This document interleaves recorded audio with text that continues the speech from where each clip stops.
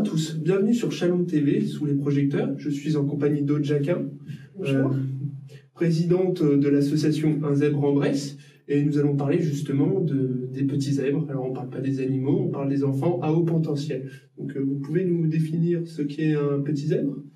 Alors un petit zèbre, c'est un enfant qui pense différemment, qui a un regard sur le monde qui est différent des autres enfants, avec une vitesse de pensée qui est très rapide et un émotionnel qui est plutôt important. Voilà, une hypersensibilité, plus précisément, très importante. Et alors du coup, c'est des surdoués ? On peut dire que c'est des surdoués, en quelque sorte ? Alors, le mot surdoué est un mot qui a été employé au tout début, mais il représente vraiment une mauvaise définition de l'enfant au potentiel. Un enfant au potentiel n'est pas forcément surdoué, parce que surdoué, ça veut dire qu'il est forcément bon en tout et qu'il va tout le temps réussir. C'est vraiment ce que sous-entend ce terme de surdoué, alors qu'un enfant au potentiel peut être en échec scolaire, peut ne pas tout réussir, voilà. Et il est quand même au potentiel. Donc c'est en quelque sorte une vision différente. C'est un rapport au monde qui est différent, oui.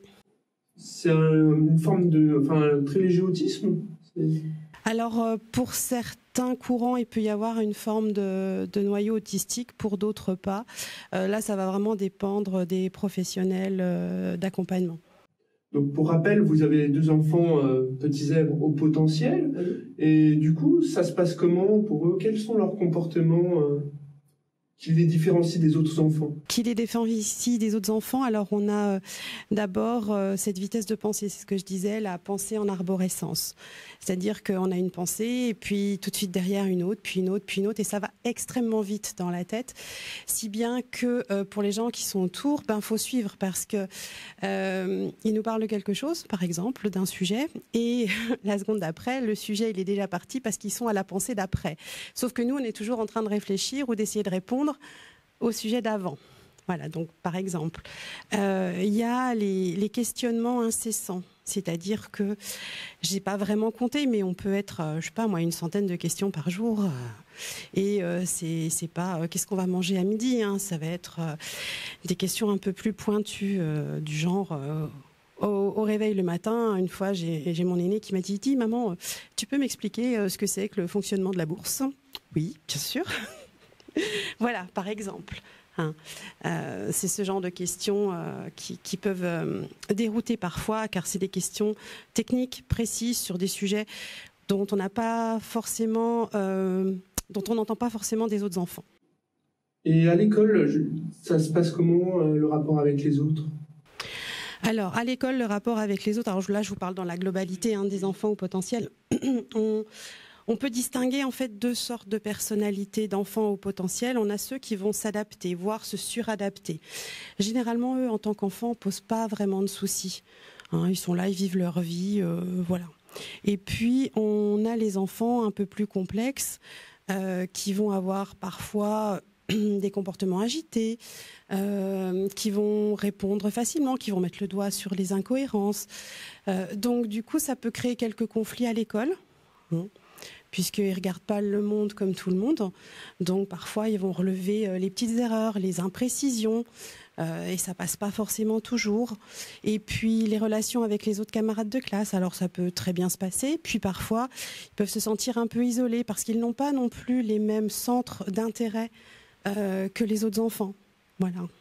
Donc c'est du coup, quand on a par exemple, en cours de récréation, si on prend en élémentaire, les 3/4 de la classe qui vont jouer au foot parce que c'est quelque chose qui se fait, qui est courant dans une classe d'école, enfin dans une cour d'école plus précisément.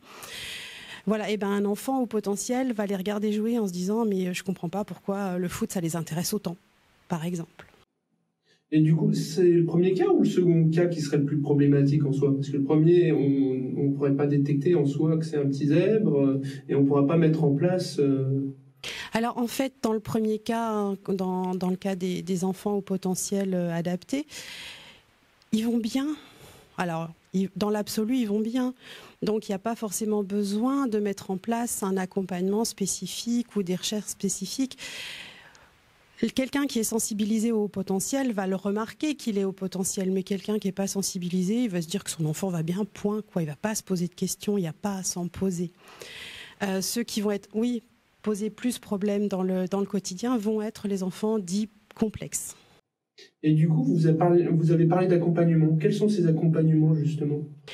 Alors, un enfant au potentiel qui peut avoir un stress important ou de l'agitation à l'école ou des comportements plus ou moins agressifs ou un isolement aussi, va pouvoir aller rencontrer certains professionnels pour déjà faire un bilan, voir ce qu'il en est. Et puis après, un accompagnement. Donc, ça peut être un accompagnement dans le cadre des émotions, si on est vraiment sur un émotionnel très important. Et ça peut être aussi un accompagnement plus large en fonction de ce qu'on peut découvrir. C'est-à-dire que parfois, certains enfants au potentiel peuvent avoir ce qu'on appelle un 10. Donc à ce moment-là, il y aura l'intervention d'un orthophoniste, par exemple. On peut avoir aussi... toujours dans les 10, si on a une dyspraxie, on va avoir l'intervention d'un psychomotricien. Donc voilà, après on va avoir des accompagnements spécifiques en fonction de ce qui a été détecté chez l'enfant.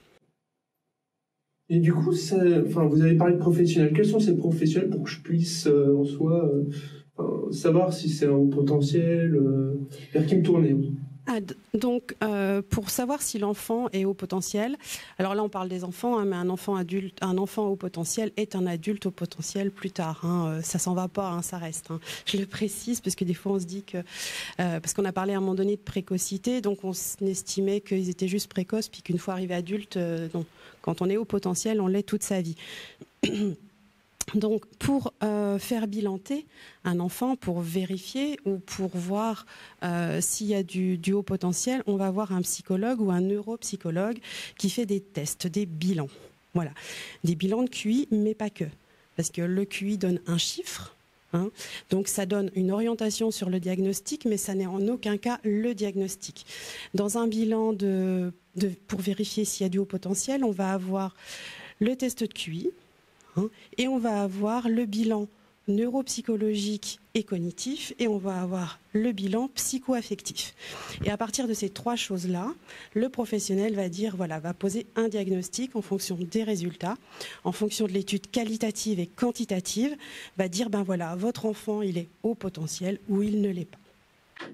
Et du coup, on a pu voir sur le reportage lors de la conférence, on dit souvent qu'un enfant, quand il y a un enfant au potentiel dans la famille, il y a tendance à ce que la fratrie entre en jeu. Est-ce qu'il y a une histoire de génétique Alors, souvent, c'est vrai qu'on peut remarquer que quand il y a un enfant qui est détecté au potentiel, le reste de la fratrie l'est, mais c'est pas une généralité. Il y a des familles où il y a 3-4 enfants, il y en a un ou deux qui sont au potentiel et pas les deux autres. Donc voilà, c'est quelque chose qu'on voit souvent, mais c'est quand même pas une généralité. Par contre, ce qu'on voit dans tous les cas, c'est qu'on a un des deux parents au moins qui est au potentiel. Donc, est-ce qu'il y a une forme de transmission, une forme de génétique là-dessous ?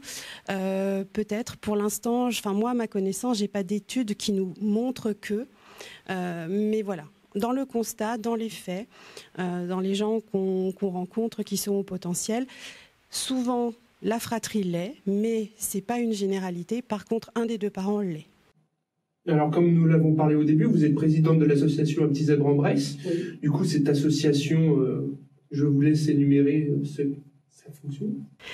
Alors, cette association, en fait, a vu le jour après des discussions avec quelques parents, où on s'est dit, on a tous à un moment donné eu quelques difficultés face au haut potentiel, que ce soit dans l'accompagnement de nos enfants, c'est-à-dire qu'il y a des fois on était un petit peu déroutés par leur réaction.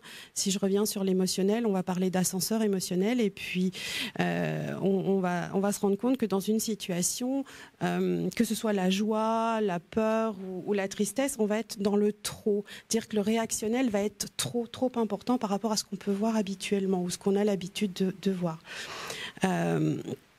Donc, avec tout ça, plus le fait que parfois on n'est pas entendu, on n'est pas aiguillé, parce que finalement on en parle beaucoup de ce haut potentiel, mais en face on n'a pas forcément la connaissance ou les réponses à nos questions, parce que tout le monde ne connaît pas non plus le haut potentiel, même si on en parle, même si c'est en vogue, mais tout le monde ne le connaît pas précisément. Donc on a rencontré des difficultés et en tant que parents, en 5 parents, on s'est dit, ben voilà, s'il y a d'autres parents qui sont comme nous, qui sont dans l'inconnu, qui ne savent pas comment réagir, qui ne savent pas où s'adresser, ben peut-être qu'on peut faire partager notre expérience. Et on a eu l'idée donc de créer cette association pour pouvoir donner aux parents un temps pour pouvoir discuter, pour pouvoir échanger, partager un petit peu leur expérience, qu'elle soit bonne ou moins bonne, et puis trouver des pistes d'aide, d'amélioration, des bonnes adresses. Voilà ce qu'on a voulu mettre en place. Ça, c'est le côté un peu parent. Et puis, pour les enfants, on a voulu leur proposer, donc à chaque vacances scolaires, des sorties ou des ateliers à thème différents de ce qu'on peut trouver habituellement. Voilà, quelque chose qui va aller dans leur monde, hein, qui est un monde, on va dire, atypique. Donc voilà, quelque chose vraiment qui colle à leur vision des choses. Donc votre mission, pour résumer, c'est sensibiliser et accompagner les parents. Et du coup, par rapport au retour de ces parents, comment ils réagissent avant de poser le diagnostic et après? Alors il y a comme un soulagement, une fois que le diagnostic est posé. Pour les parents, pour les enfants aussi, hein, c'est important quand ils se sentent en difficulté, quand ils se sentent fragiles et qu'à un moment donné on met des mots sur leurs mots, ça les apaise. Après, ça c'est que le début. Parce que finalement, on n'éduque pas un enfant au potentiel comme on en éduque un autre. Ça veut dire qu'il faut s'informer sur le haut potentiel. Il faut voir comment fonctionne un enfant au potentiel, comment le cerveau d'un enfant au potentiel fonctionne. Si vous allez au frontal avec un haut potentiel, vous avez perdu d'avance. Hein. Voilà. Donc, si vous voulez, il y a plein de choses à remettre en ordre, il y a à réorganiser au sein du fonctionnement de la famille, à recadrer. Voilà, donc c'est vraiment le début, c'est-à-dire on pose le diagnostic, l'enfant est haut potentiel, maintenant qu'est-ce qu'on fait?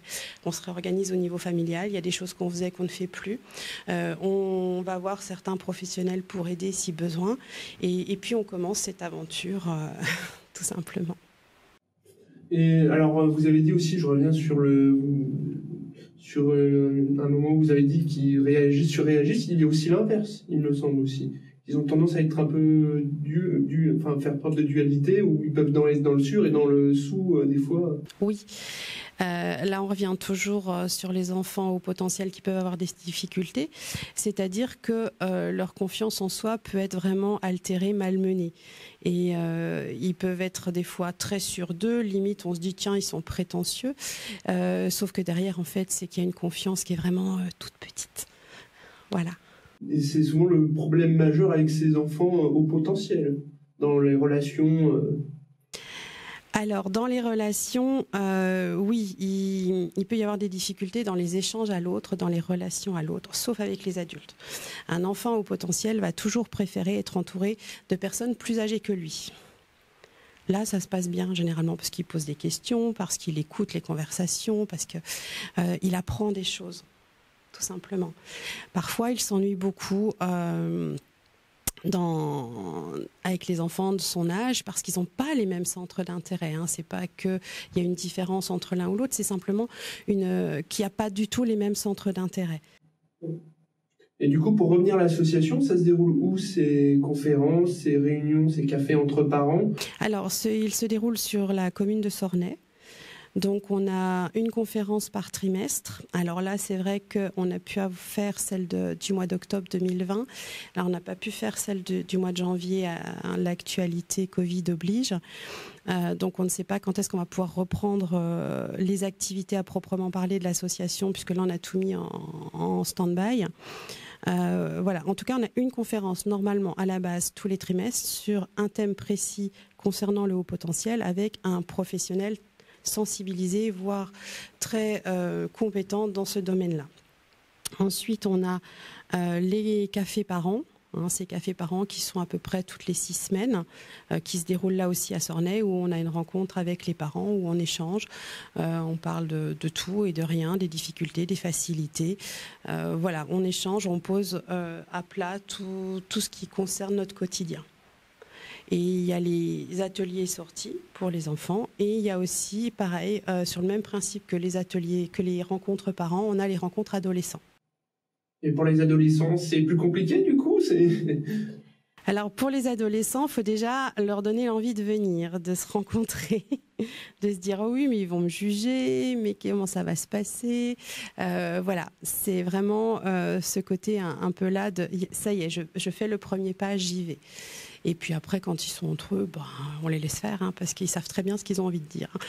Et une fois ces enfants zèbres devenus adolescents et devenus adultes, qu'est-ce que ça donne? Est-ce qu'ils retrouvent une certaine stabilité ou... Alors, ils vont retrouver une certaine stabilité s'ils ont été bien accompagnés, bien écoutés, où on leur a donné les moyens de valoriser ce haut potentiel, de l'accepter aussi, et d'en tirer le meilleur parti. Si c'est pas le cas, on peut avoir des adultes qui sont fragiles et qui n'ont pas confiance en eux, qui pensent qu'ils sont pas capables. Voilà, on peut avoir ça aussi. D'où l'importance de cet accompagnement. Oui, de détecter cela et de pouvoir bien accompagner les enfants, effectivement. Donc si vous avez quelque chose à conseiller aux parents, qu'est-ce que vous pourriez leur dire ? Alors déjà, d'écouter leurs enfants, de voir comment c'est. S'il y a un doute, de faire un bilan. Et si le bilan révèle un haut potentiel, de vraiment s'informer, de lire, d'écouter, d'aller voir des conférences. C'est vrai que maintenant, avec Internet, on trouve beaucoup d'informations pour voir comment s'adapter, parce que c'est l'adulte qui va s'adapter à l'enfant, c'est pas l'enfant qui va s'adapter à l'adulte. Donc pour voir tout ce qu'il est possible de changer, de faire différemment, de faire mieux, pour être vraiment au plus proche de ce que l'enfant a besoin. Et puis après, s'il faut vraiment des accompagnements spécifiques, type orthophoniste, type psychologue, et de le mettre en place tout simplement. Donc ne pas hésiter à avoir des professionnels dès qu'il y a un petit doute. Oui. Vous voir justement, vous poser des questions. Après, oui, l'association sert aussi à ça, c'est-à-dire à informer, à donner des pistes, voilà, parce que c'est vrai, comme je le disais tout à l'heure, le haut potentiel est un peu en vogue et dès qu'on a un enfant un peu différent, on peut se dire qu'il est haut potentiel, mais pas forcément. Donc c'est vraiment important de le détecter, parce que finalement, on peut avoir des enfants 10, les enfants 10 ne sont pas forcément haut potentiel, on peut avoir des enfants avec des troubles de l'attention ou de l'hyperactivité ou les deux, et ils ne sont pas forcément au potentiel non plus. Donc dans ces cas-là, il faut vraiment qu'il y ait une prise en charge derrière pour accompagner ces enfants qui ne sera pas la même qu'un enfant au potentiel qui a des difficultés. Eh bien, merci Aude pour toutes ces réponses. Nous vous remercions d'avoir regardé jusqu'ici Shalom TV. Nous nous retrouvons pour une prochaine émission.